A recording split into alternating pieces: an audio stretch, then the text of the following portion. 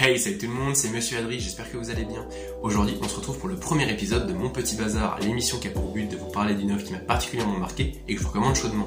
Et rassurez-vous, il n'y aura aucun spoil dans ces vidéos. Et on va tout de suite commencer le premier épisode en beauté par une merveille de l'animation japonaise et du manga en général. Je vais bien sûr parler de Attack on Titan ou SNK pour les intimes. Et je sais que beaucoup d'entre vous vont me dire que je passe un peu après la mode SNK et que tout le monde connaît. Mais bon, si Simon Puech peut sortir une vidéo sur Minecraft 10 ans après sa sortie, je pense que j'ai un petit peu le droit. Et puis bon, SNK c'est quand même un peu un pilier de l'animation japonaise. Clairement, il est sorti depuis à peine 10 ans et il est déjà aussi connu avec une aussi grande renommée que des mangas comme Naruto, Dragon Ball, One Piece ou tous les autres trucs qui sont un peu plus vieux, même beaucoup plus vieux pour Dragon Ball que lui. Donc vraiment, il a déjà une très grosse renommée. C'est pas forcément une preuve qu'il est incroyable, c'est déjà un animé quand même marquant. Et puis aussi, j'ai une très grande affection pour ce manga puisque c'est un petit peu le premier animé, le premier manga que j'ai vu et que j'ai lu. Je l'ai commencé, j'étais en 5ème où j'ai vu les 2 premières saisons à l'époque où en fait tout le monde attendait la 3ème saison, clairement, c'est pour ça que j'ai eu que les 2 premières saisons. Et puis j'ai commencé à lire les mangas quand je les ai trouvés en brocante fin 3ème et où j'ai fini l'animé, enfin j'ai fini le manga au moment où le dernier chapitre est sorti, donc je l'ai lu en scan. C'était pendant le 3ème confinement, donc pendant la fin de ma première. Donc voilà, c'est un peu bercé toute mon adolescence un petit peu, donc c'est un peu mon premier manga, mon premier gros manga en plus parce qu'il fait 34 tomes, c'est un assez long manga, on va pas se mentir, c'est quasiment la même longueur qu'un Berserk ou un truc dans le genre, c'est pas non plus un petit truc, ça a vraiment marqué, que ce soit moi ou le monde en général.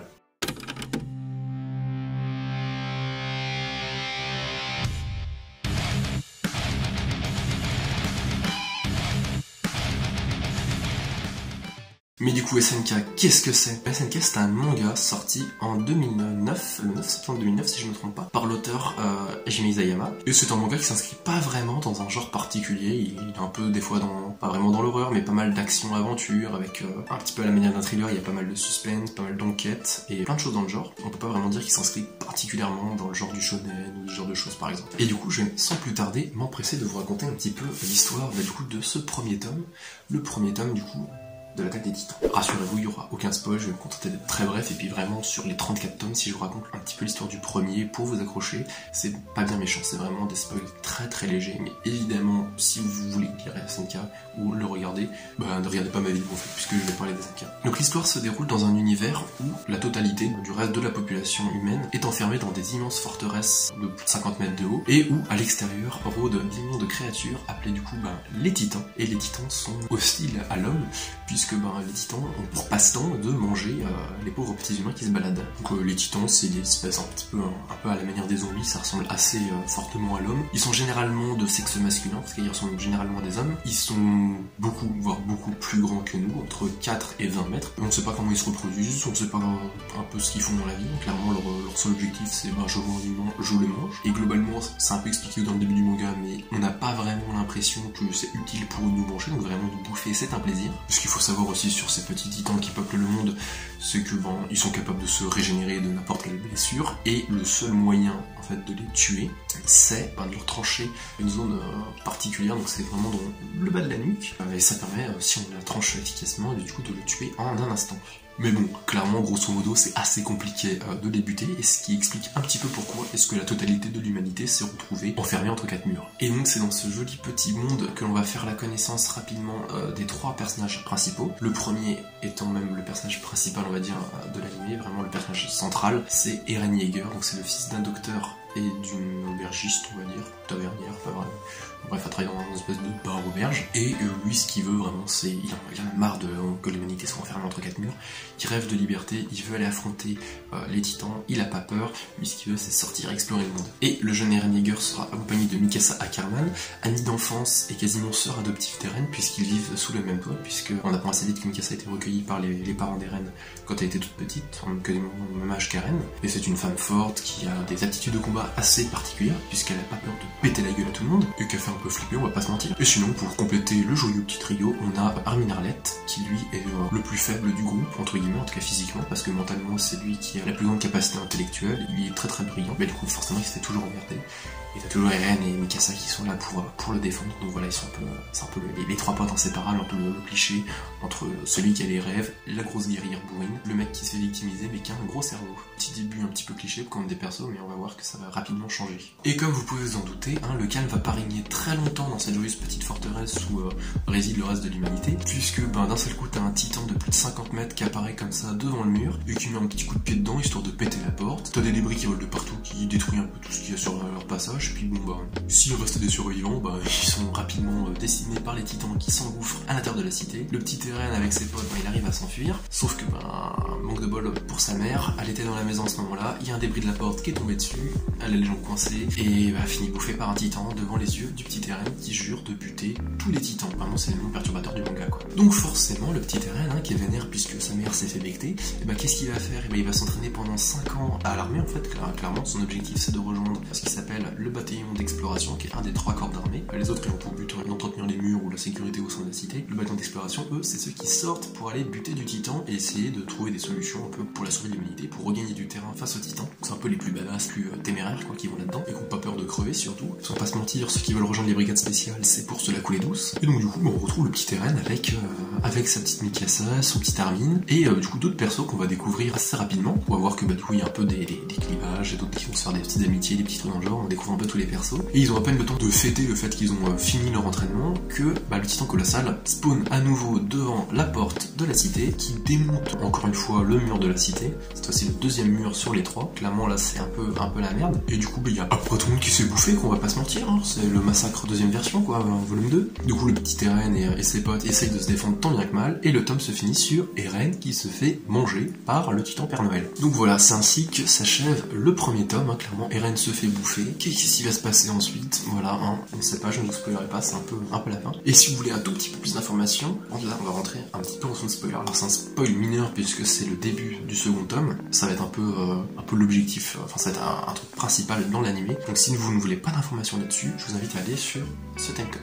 Donc voilà, pour tous ceux qui sont restés, j'estime que vous voulez savoir ce qui se passe du coup dans le tome 2, en tout cas la première partie du tome 2, alors je vais être assez bref. En gros, Eren qui s'est fait manger est pas vraiment mort, il se transforme en titan, il affronte d'autres titans, donc là ça pose plein de questions. Pourquoi est-ce que Eren est un titan? C'est quand même bizarre, ça va se dire que du coup les humains peuvent se transformer en titan. Enfin bref, toutes les questions que les humains pourraient se poser légitimement en voyant un des leurs se faire bouffer et transformer en titan. Petit retournement de situation, quel va-t-il devenir du petit Eren? Et ça, à vous de le découvrir. Donc voilà, ceci est la fin de la zone spoiler. Si vous avez passé au timecode, voilà, tout est bon, ne vous inquiétez pas, on va reparler de trucs qui ne spoilent pas. Mais alors, qu'est-ce qui fait que SNK c'est beaucoup trop bien? Et il y a plusieurs raisons à ça. Et la première raison, c'est l'univers, le monde et les personnages qui vivent dedans. Déjà, le monde est vraiment riche et détaillé. Il y a vraiment tout qui est expliqué, une bonne partie des choses qui sont expliquées par l'auteur, par le biais de petites pages. Par exemple, la première page, je crois que c'est entre le chapitre 1 et 2, c'est l'explication en fait du fonctionnement des murs de la cité. Puisqu'en fait, c'est pas juste une espèce de gros château ou des grosses murailles qui empêcheraient les titans de passer. Ça marche par couronne un peu. Et donc du coup, on a la couronne centrale, puis après un autre mur et un autre mur. Mais du coup, il n'y a pas juste des villes qui sont posées comme ça, il y a vraiment une stratégie de pourquoi est-ce que les villes sont posées ici, qu'est-ce que ça permet de faire, et tout est vraiment expliqué. C'est un petit détail à la con comme ça, avec le fait que du coup, les murs ils sont comme ça. Mais comme du coup, c'est utilisé tout au long de l'animé, ou en tout cas dans une bonne partie, c'est vraiment un élément central, et ça crédibilise le propos. On voit vraiment que l'auteur il a réfléchi à pourquoi est-ce qu'il a fait ça, il a pas juste dit, on va prendre une muraille en forme comme ça parce que c'est comme ça. Non, il y a vraiment un intérêt et ça sert vraiment l'histoire. Et ça déjà, ça rend le monde vraiment vivant et crédible. Et ça c'est très cool. Mais aussi, le fait que le scénario tourne pas que autour d'Eren et de ses potes. On se rend compte que le monde il a vraiment été écrit et pensé pour que du coup tous les personnages interagissent entre eux, et ce qui est normal. Et surtout qu'il y a des choses qu'on sache pas, des choses qu'on découvre. C'est pas juste Eren qui va parler à quelqu'un, et puis voilà, il s'est passé Eren qui va parler à quelqu'un quoi. Non, il se passe plein de trucs, ils attendent pas forcément Eren pour faire des actions et des trucs dans le genre. Comme dans un jeu vidéo par exemple où les PNJ seraient super bien écrits, que le monde autour de nous il bouge et qu'il se passe pas que des trucs parce qu'on est là quoi. Et évidemment il y a aussi le fait que chaque personnage est extrêmement bien écrit puisqu'ils ont tous des petits secrets, des opinions, des avis, des comportements différents, une personnalité vraiment différente qu'on distingue et surtout qu'on voit évoluer puisque du coup comme la série est assez longue, 34 tomes, on a le temps de les voir vraiment évoluer. Il y a des personnages qui vont vraiment changer, on va vraiment apprendre à les connaître, à voir les relations, comment est-ce qu'ils relationnent avec telle ou telle personne, et du coup ça rend vraiment propos crédible. C'est pas juste il va se passer ça, il va se passer ça, et les persos ils vont rester, genre c'est écrit que tel perso lui c'est un guerrier qui pense ça, et tout il va vraiment rester comme ça, et ça c'est cool, on voit vraiment une évolution au niveau des personnages. Et puis en plus ça va bien avec le fait qu'on commence avec Eren qui est enfant, et que par exemple déjà on le retrouve déjà 5 ans plus tard, commence à devenir un jeune adulte, et puis évidemment au fur et à mesure il va continuer à grandir au fil des combats, au fil de ce qui se passe dans l'histoire, et ça c'est vraiment plaisant. Et aussi un truc qui m'a particulièrement marqué, c'est le fait qu'on ait vraiment des femmes fortes dans le manga, c'est-à-dire que je trouve que parfois la représentation des femmes dans les mangas sont quand même, c'est pas toujours top. Et là on a vraiment des modèles de féminité, enfin pas vraiment de féminité mais de femmes en général. Elles sont vraiment fortes et elles s'imposent. C'est pas juste coucou, je suis une femme, non c'est vraiment j'ai un rôle à jouer. Et ça il y en a plein dans le manga, il y a plein de trucs vraiment ça à ce niveau-là et ça c'est très très cool. Il y a plusieurs femmes fortes et c'est vraiment bien. Évidemment la première qu'on va penser c'est Mikasa, mais il y en a beaucoup d'autres. Et puis comment ne pas parler de l'histoire en général, clairement. L'histoire en général est incroyable. Il y a plein de trucs où l'auteur laisse généralement des pistes et des petites clés pour réfléchir, pour forcer le lecteur à réfléchir au scénario, à comprendre un peu les mécanismes, à se dire tiens ça serait peut-être ce qui est en train de se passer, alors peut-être que tel perso en fait il agit comme ça parce que si ou parce que ça. Et ça c'est vraiment cool. On est vraiment stimulé intellectuellement et c'est vraiment un peu de chercher, un peu de comprendre et tout. Puis il y a plein de retournements de situation, l'histoire part dans plein de directions différentes, tout sans trop bouger en fait, et tout découle un peu de source. Il y a vraiment des moments qui sont assez marquants, des révélations qui sont assez bien amenées. Le rythme aussi est vachement cool. Je trouve que au niveau des questions qu'on se pose et des réponses qu'on a, c'est toujours un peu contrebalancé. Donc il va y avoir des grosses questions principales dont on répondra assez tard et d'autres petites questions un peu plus mineures qui vont avancer au fil des tomes. Et puis si l'histoire aborde pas mal de thèmes, que ce soit au niveau de la politique, au niveau de la gestion de l'armée et des soldats, les points de vue de l'armée et des soldats par exemple, qu'est-ce que ça fait d'être soldat, de se battre, de perdre des proches, de mourir au combat. Il y a plein de thèmes comme ça. Aussi sur la discrimination, je pense qu'on peut peut-être mal sur la place de la femme, avec les femmes fortes qu'il y a dans le manga et les relations qu'il y a avec les femmes dans le manga. Je pense que ça peut être un bon sujet d'ailleurs. Et je vais pas tout vous révéler non plus, il faudra quand même un peu de mystère. Et puis sinon, globalement, le manga est plutôt beau. Alors je parle vraiment là du manga, pas de l'anime, mais le manga est vraiment beau. J'étais pas trop fan, là j'ai relu le premier tome il y a pas longtemps, et c'est vrai qu'il se démarque pas forcément du lot au niveau des graphismes. La direction artistique est plutôt belle, c'est assez original et tout, mais c'est vrai que plus on avance dans les tomes, plus l'auteur améliore son coup de crayon. Et je crois que, je suis pas sûr, mais c'est son premier manga, l'un de ses premiers mangas, en tout cas c'est la grosse première série, et ça se sent, et on voit qu'il s'améliore vraiment au fil de manga, et c'est cool. Puis évidemment, du coup, si vous optez pour voir l'animé, alors là, vous allez être servi, hein. La première saison avait mis une branlée à tout le monde, clairement c'était magnifique, je crois que c'était en 2013 et c'était super beau. La saison 2, c'était à peu près la même chose que la première, du coup, forcément on était habitué, donc c'est un petit peu moins, mais la saison 3 a des scènes magnifiques, pareil pour la 4, c'est un studio d'animation différent qui fait la 4, c'est vraiment beau. Donc clairement on en est bien servi, pareil au niveau du doublage, la VO est incroyable. La VF je m'en souviens plus, mais ça doit passer à mon avis. Et puis au niveau des musiques, franchement que ce soit les openings ou les musiques qu'on entend tout au long de l'animé, clairement c'est du gros level. Et puis forcément quand on mixe le tout ensemble, c'est un rendu qui est juste sublime, même si je suis pas trop partisan en général des animés que j'ai pas forcément vu à partir de la saison 2, j'ai plus trop suivi l'animé. Je trouve qu'il y a quand même un bon rendu et que c'est très sympa à suivre, et vraiment que vous optez pour le manga ou l'animé, vous devrez pas être mécontent. Et puis si jamais l'histoire principale vous a laissé sur votre faim, on a la chance d'avoir pas mal de spin-off et de petites annexes. Par exemple, l'auteur a écrit Birth of Levi, donc c'est en 2 tomes je crois, où du coup ça raconte un peu l'histoire de Levi, comment est-ce qu'il en est arrivé là. Pareil, il y a le light novel Before the Fall et Lost Girl qui parlent un petit peu de plein de choses de l'animé, un peu autour de l'animé. Faut savoir c'est des light novels, du coup c'est des espèces de romans, mais il me semble que ça a été adapté en manga, je suis même quasiment sûr que ça a été adapté en manga. Clairement pas en animé, c'est peut-être en cours, je sais pas, mais vous pouvez le retrouver en manga, donc c'est plutôt cool ça. Et sinon il y a aussi une espèce de spin-off un peu décalé où c'est Attack on Titan Junior School. J'ai eu le tome 1, j'ai pas trop accroché, ça passe, j'ai pas trouvé ça transcendant non plus, c'est un peu très comique. C'est qu'est-ce qui se passe si on prenait tous les persos de l'animé, on les mettait dans une espèce de collège un peu, et où le troisième ce sont les titans et Eren est un petit 6ème, un truc dans le genre. Et je pense sincèrement que ce manga peut être une super bonne porte d'entrée pour tous ceux qui voudraient se mettre au manga et qui ont peur de tomber sur des trucs un peu trop enfantins ou pas forcément trop de comprendre l'humour ou les références, enfin un peu la culture japonaise, tout ça. Ici, je trouve qu'on a quand même sur une œuvre assez classique, on n'a pas forcément tous les codes qu'on pourrait retrouver dans un shonen ou dans ce genre de choses. Par exemple, si vous regardez Konosuba et que vous avez jamais vu d'animé avant, c'est clair, ça va vous faire bizarre si vous êtes habitué à des cartoons américains, de tomber sur des cartoons japonais, enfin sur des animés japonais du coup. Il y a vraiment pas du tout le même style. Là on est vraiment sur un truc, je pense, peut se lire à peu près par n'importe qui. C'est vachement bien, c'est une histoire très sérieuse pour le coup. Donc je pense que c'est vraiment une très bonne porte d'entrée pour les animés, même pour les animés plus sérieux aussi. Je pense que ça peut être un bon moyen de commencer. Alors c'est pas l'animé le plus sérieux du monde, on va pas se mentir, mais je pense que c'est une bonne porte d'entrée. Et clairement c'est pour toutes ces raisons que l'animé a aussi bien marché. Surtout l'animé, je ne sens pas forcément du bruit qu'a fait le manga, mais je sais que quand l'animé est sorti, assez rapidement il y a eu pas mal de personnes qui commençaient à en parler. Il y a eu le fan club des fans de Levi Enfin, franchement, le nombre de personnes que j'entendais qui étaient en mode waouh, mais Levi c'est le meilleur perso, il est tellement beau, alors que tout le monde sait que Eren est bien mieux. Parce que niveau beauté, franchement, il n'y a pas photo. Levi il est dégueulasse. Voilà, comment trigger tout le monde et comment avoir plus de commentaires, ça c'est fait. Non, vraiment, il a tellement bien marché, clairement. Vous allez à la Fnac, vous trouvez forcément un poster de Sengoku. D'ailleurs, j'en ai un là, c'est pas du tout pour ça que je dis ça. Et puis aussi, accessoirement, il y a tellement d'autres trucs par rapport à ça. Genre, clairement, ce t-shirt, je l'ai trouvé en grande surface. Et comment ne pas citer tous les fangames qu'il y a eu sur SNK. Clairement, il y en a eu des très oubliables, ou alors qu'ils ont marché pendant un temps, mais la hype est assez vite redescendue. Mais il y en a un qui est sorti il y a pas longtemps et qui est super bon. Et je pense que ça serait marrant que vous avez le droit à une petite vidéo spéciale découverte là en plein milieu. Alors je vous laisse avec mon petit chibi. À toutes.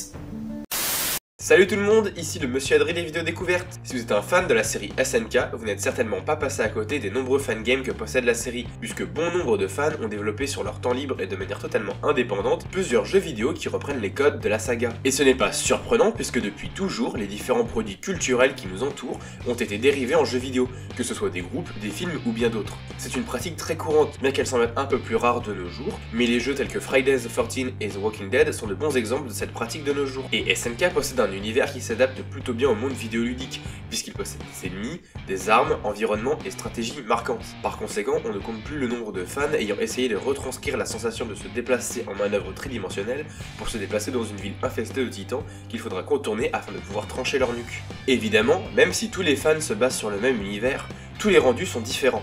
Certains préfèrent s'attarder sur l'IA des titans, d'autres sur les sensations de déplacement, les graphismes, l'aspect multijoueur, etc.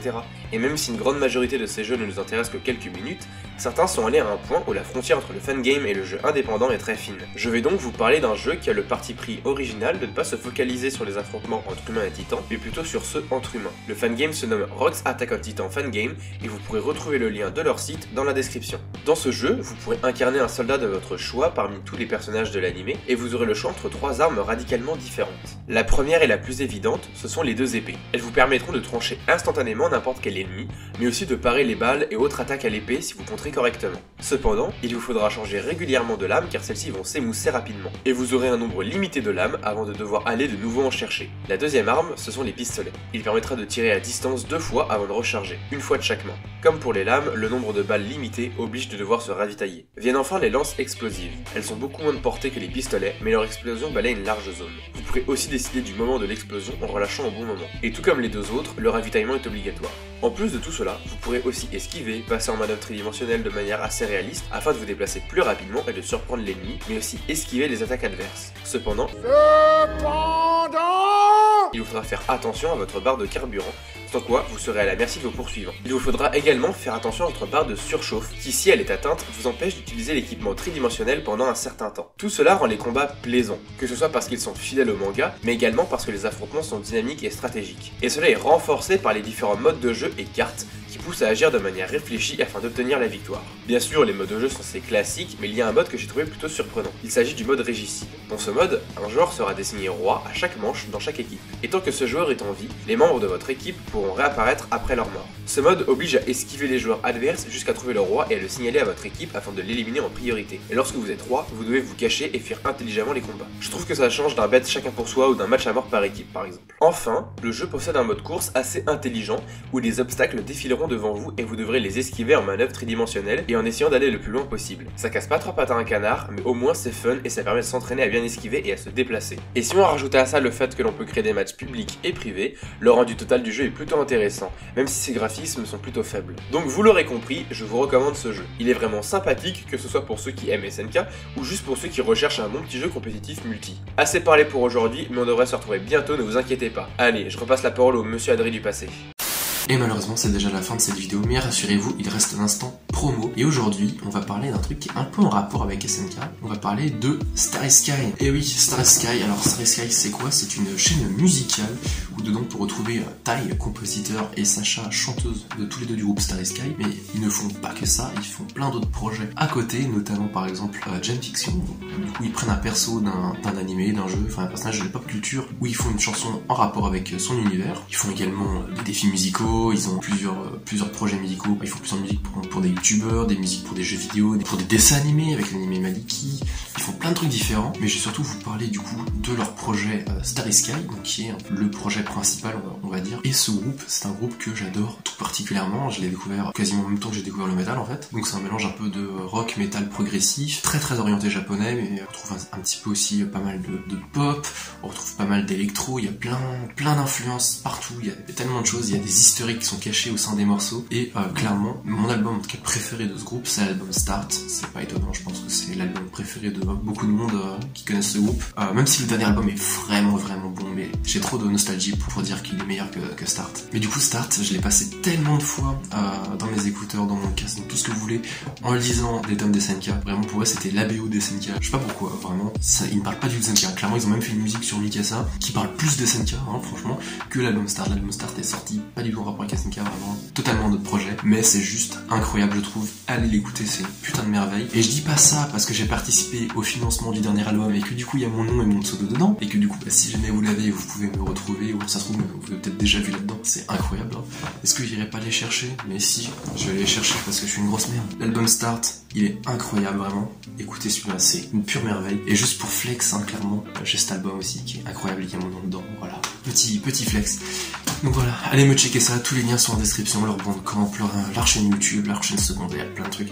Vraiment c'est hyper cool si vous vous intéressez à la musique, c'est vraiment des génies, puis en plus c'est des Français. Cocorico, allez let's go, on va foncer, on va soutenir les indépendants. C'est tout pour aujourd'hui, c'est tout pour cette petite vidéo qui risque d'être assez longue, ça va être galère à monter.